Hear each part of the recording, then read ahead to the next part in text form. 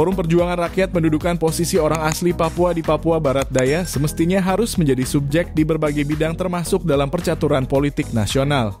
Sebab kehadiran Provinsi Papua Barat Daya sebagai provinsi ke-38 merupakan perjuangan orang asli Papua.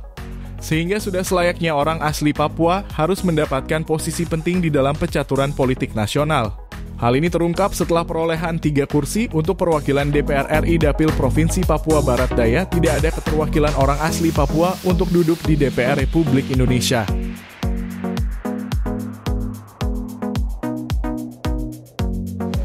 Oke, kami dari Forum Pengawal Perjuangan Rakyat Opera Provinsi Papua Barat Daya melihat bahwa proses jalannya rekapitulasi perolehan suara untuk pemilu legislatif tahun 2024 yang saat ini sedang berlangsung, tentunya ada kekhawatiran dan keprihatinan kami terhadap keterwakilan orang asli Papua di DPR RI. Sesungguhnya bahwa Provinsi Papua Barat Daya ini hadir karena ada orang asli Papua. Itu pertama. Yang kedua, Provinsi Papua Barat Daya ini diurus dan diperjuangkan oleh orang asli Papua. Dengan harapan bahwa orang asli Papua ini menjadi tuan di negerinya sendiri. Itu sesuai dengan amanat OCUS.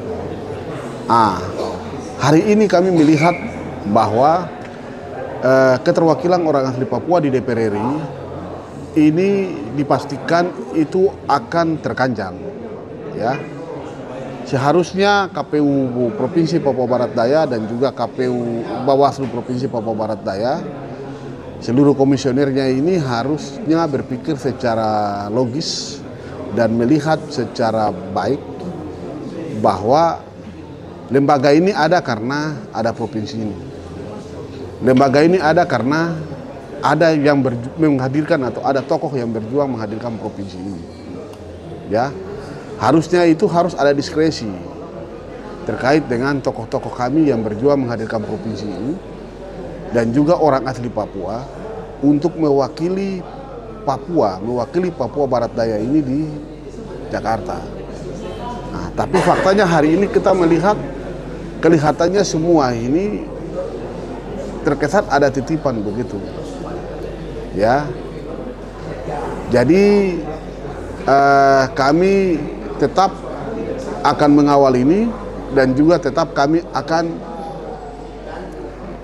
mengkonsolidasikan dengan orang asli Papua untuk kami meminta hak kami sebagai orang asli Papua untuk mewakili Papua Barat Daya ini di DPR RI.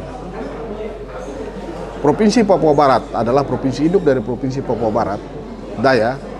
Hari ini mereka telah mengirim 2 orang asli Papua dari 3 anggota DPR RI. Itu 2 orang asli Papua ke Senayan. Seharusnya Provinsi Papua Barat Daya ini bukan 2 tapi harus 3. Tapi faktanya hari ini 1 pun juga tidak. Inilah yang kemudian membuat kami orang asli Papua dan juga kami dari Fopera menyarankan dan menyampaikan kepada lembaga ini harusnya ada diskresi untuk orang asli Papua. Begitu. Apalagi tokoh-tokoh kami yang berjuang provinsi ini. Ya harusnya mereka mewakili daerah kita ke Jakarta. Begitu. Orang Papua ini harus menjadi subjek utama. Orang Papua ini jangan kemudian kita menjadikan objek saja. Untuk mereka ini kita jadikan tameng menghadirkan provinsi ini. Kemudian orang-orang yang tidak berkontribusi dalam provinsi ini mewakili daerah kami ke Jakarta. Ini yang membuat kami masyarakat Papua dan juga teman-teman anak-anak muda yang ikut memikirkan menghadirkan provinsi ini ya merasa bahwa ada sesuatu yang tidak benar begitu. Jadi hukum wajibnya harus orang asli Papua mewakili daerah ini. Kalau DPRD RI sudah aman, kita sudah dipastikan 3 orang asli Papua. Dan itu sudah memenuhi harapan kami. Hari ini yang belum memenuhi harapan kita adalah DPR RI. Ya, kita berharap KPU ini juga harus ada diskresi untuk kita. Begitu. Provinsi ini hadir karena ada orang Papua. Provinsi ini hadir karena diperjuangkan oleh orang Papua. Begitu. Provinsi ini hadir di dalam otonomi khusus. Jadi ya penyelenggara juga ini harus fair lah begitu. Dan memang kita tahu penyelenggara ini pasti ada mereka punya titipan-titipan, dan itu sudah kentara sekali. Dan nanti itu juga pasti akan dibuktikan begitu. Kalau hari ini tidak terbukti, mungkin beberapa waktu ke depan pasti akan terbukti itu begitu. Memang kalau kita melihat melihat proses pleno yang skorsnya sangat berkepanjangan dan berhari-hari yang dilakukan oleh KPU Provinsi, bahkan juga kemarin dari KPU Kota Sorong, ya tentunya pasti juga kan ini praduga. Ya pasti mungkin di sini ada permainan yang tidak benar. Nah, itu mungkin pasti ada. Nah, kemudian yang berikut saya lihat dalam proses pengambilan keputusan ini, KPU bahkan Bawaslu Provinsi, bahkan Bawaslu Kota Sorong ini, kelihatannya mereka tidak konsisten begitu, labil. Jadi mereka labil dalam mengambil keputusan. Karena kan begini, kalau terkait dengan pelanggaran-pelanggaran, ini kan ada mekanisme. Misalkan contoh di tingkat distrik, pleno tingkat distrik, kalau ada keberatan dari peserta pemilu, itu sudah menjadi hukum wajib harus dilaksanakan. Tetapi kalau misalkan di tingkat distrik rekapan pleno tingkat distrik tidak ada keberatan, kemudian tiba-tiba muncul di pleno tingkat kota, ini sebenarnya harusnya dianulir saja. Bisa saja mereka ini melalui jalur lain, bisa saja ke Mahkamah Konstitusi, atau tidak kalau memang itu pelanggaran pidana, laporkan saja ke Gakumdu, begitu. Kalau memang itu perselisihan atau penggelembungan suara, karena mereka dari tahapan awal tidak menyampaikan keberatan di KPU di tingkat distrik, bisa saja diajukan ke Mahkamah Konstitusi.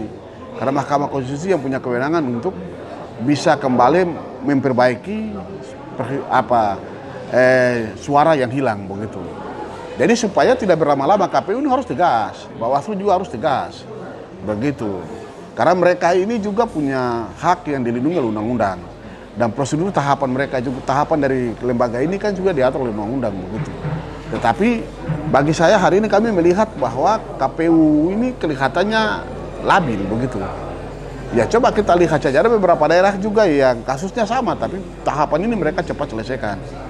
Hanya di kota ini ya, di Provinsi Papua Barat Daya, ini yang kelihatan molor, undur, ini berarti ada apa? Kan begitu, iya toh? Pasti orang awam juga berpikir begitu. Kita yang ada di sini berhari-hari saja sudah mempertanyakan.